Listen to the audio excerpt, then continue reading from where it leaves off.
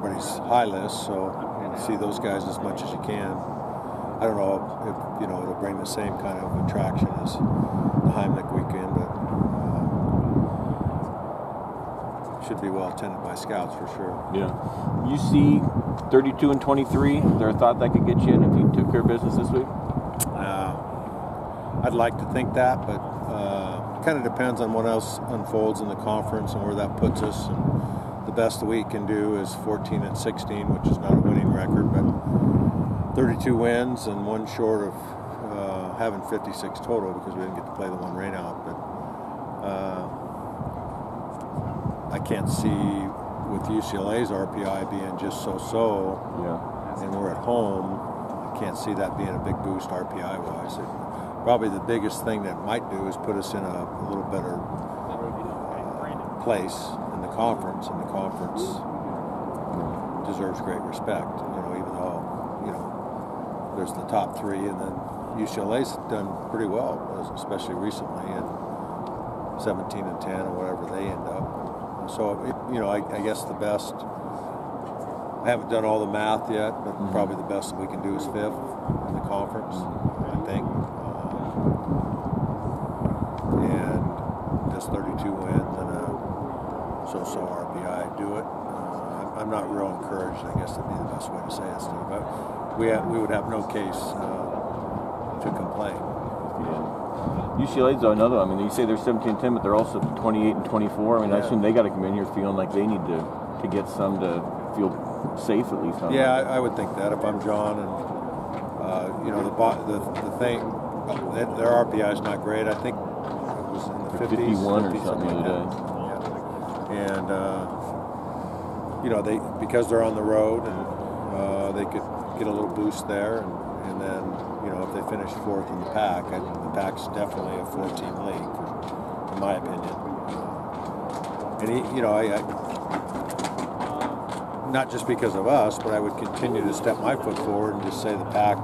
If the SEC, ACC gets 8 or 9 teams in each and every year, then I would think the pack deserves the same thing, even if our RPI is not as good. And the whole RPI formula, since they tweaked it, never favors the West, I guess would be the best way to say it.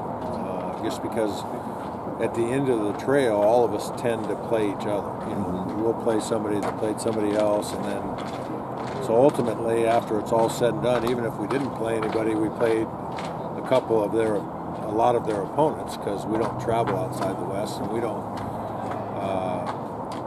throw out big guarantees to play at home. Arizona's done a nice job of figuring out the formula to not play all the Western teams, and that's kind of why they got the boost of their RPI in non-conference is spectacular, because they played other people that did well and didn't play the other Western teams, if that makes any sense. Yeah, and then they got the repercussions from the teams that those good teams beat. Yeah, until they tweaked it, I thought I had a pretty good handle on how to do that. At Fullerton, in the days that we didn't host regionals and all those kind of things, we'd always travel and play the big boys, so to speak, and they were successful as well. So we were successful against them, and they were successful against their opponents. So we always had a good RPI because of that, and we won more than 32 games most of the time as well. And we were in the 35 range at worst. You guys started out the season kind of some surprise games like this. Where do you kind of feel like things took care of this? We just didn't win the close games. Your year's always going to be based on those middle 60 to 80% of the games that are 1 and 2 run games, and I haven't really gone over it tooth and comb, but there were a lot of games that were winnable that we didn't win, and so we didn't handle that middle 60 to 80%. The games that take care of themselves, you win, of course, and then the games that get blown out, those are negative to take care of themselves. And we didn't perform in the clutch. In the past, we've been a team that stayed in it, in that fine line, and being able to rely on the back end of our bullpen and clutch hitting to win the 7th, 8th, and 9th. We didn't do that. I don't think we came from behind one time after trailing by. Hey Todd, have we come from behind after trailing by 6? Yeah. In the 6th. In the 6th we have. and you know, it wasn't like we were down 5 or 10 runs. You know, it'd be real easy to point fingers.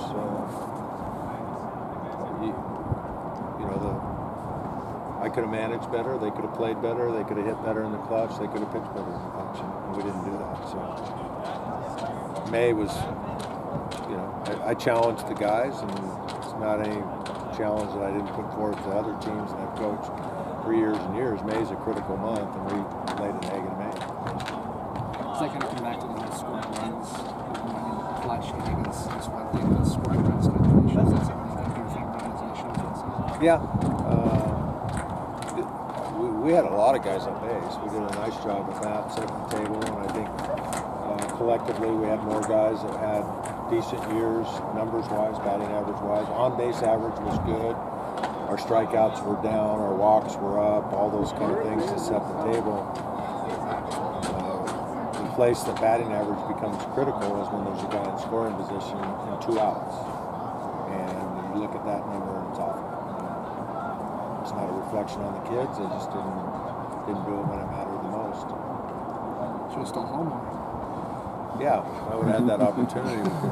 Seemed like we tricked them. Seemed like the bunting, and I mean, like last weekend, it sounds like you guys. I mean, the sacrifices, they had a much higher percentage. You guys got them across, and he mentions Travis came in. It seemed like some of the things you guys been trying to do last week. It kind of happened in some situations to set up some go ahead and some winning runs. You're right. Yeah, we did execute better, and that's, you know, I'm not a, you know, we talk about small ball and executing, and you know, you look across the country. I'm not interested in leading the country in sacrifice bunting. I think, but I'm also not going to play for the 3-run home run.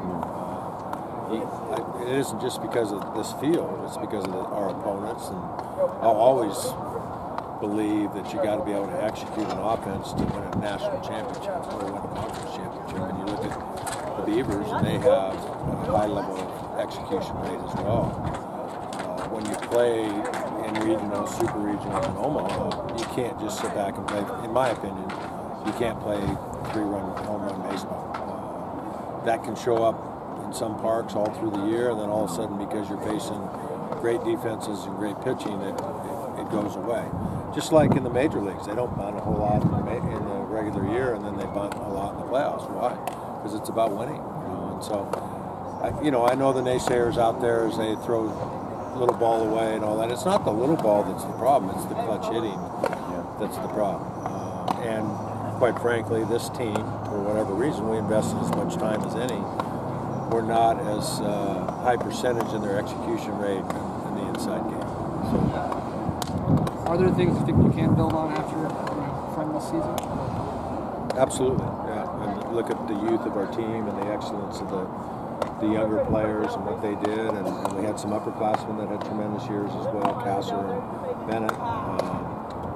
Tim Cisnera got better, I think, as a receiver and as a hitter, a clutch hitter, and so there's a lot of good things. You know, you drag your head a little bit when you're holding on for dear life, or you're not in the top third of the conference, and nobody feels more disappointed than I do. But, I think this is a good group of kids and a good nucleus to move forward, and I plan on being the coach, and I'm excited about what, you know, we're not dead yet. We've got a big weekend. Hopefully we can finish fast and see what happens, but I'm excited about the opportunity next year with these guys, and not only because of their personality, but because of their talent. David was talking about not getting, trying not to look at the mock drafts where he ranks, because those can fluctuate.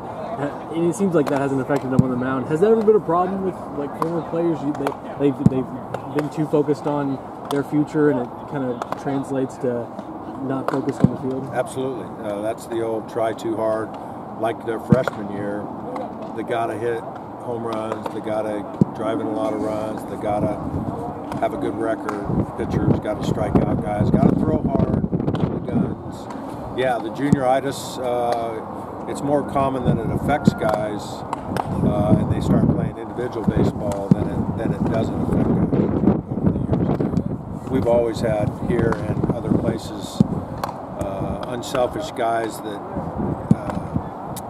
try to minimize that as much as possible. Let's face it, that's as soon as you can talk, your dad's saying you're going to play big league baseball, and as soon as you put a glove on, you want to play big league baseball. we're mature enough to know we're a vehicle for minor league and Major League Baseball. And to say that it doesn't matter to most of them, I'd be lying to you.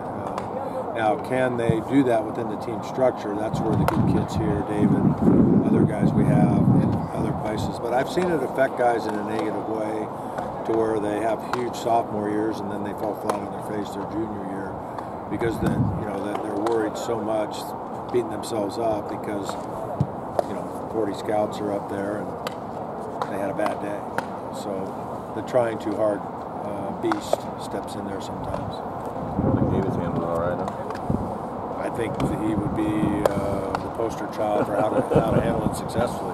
He's had his best year, and there was only he was devastated that we didn't win the game against the Beavers because it was the Beavers and that, not because there was a bunch of juice guys up there. That was probably his only test where he didn't pitch about as good as he can pitch when it was really important for us. And then you look at his numbers compared to our other starting pitching, shows you what kind of year he had too. Winning 11 games when the rest of us were 500. That's I don't know if that's a WAR number or all the sabermetrics or whatever it is, but I think his WAR number is pretty good. Thanks, George. Thank you. See you out here tomorrow. Yeah, see you guys out.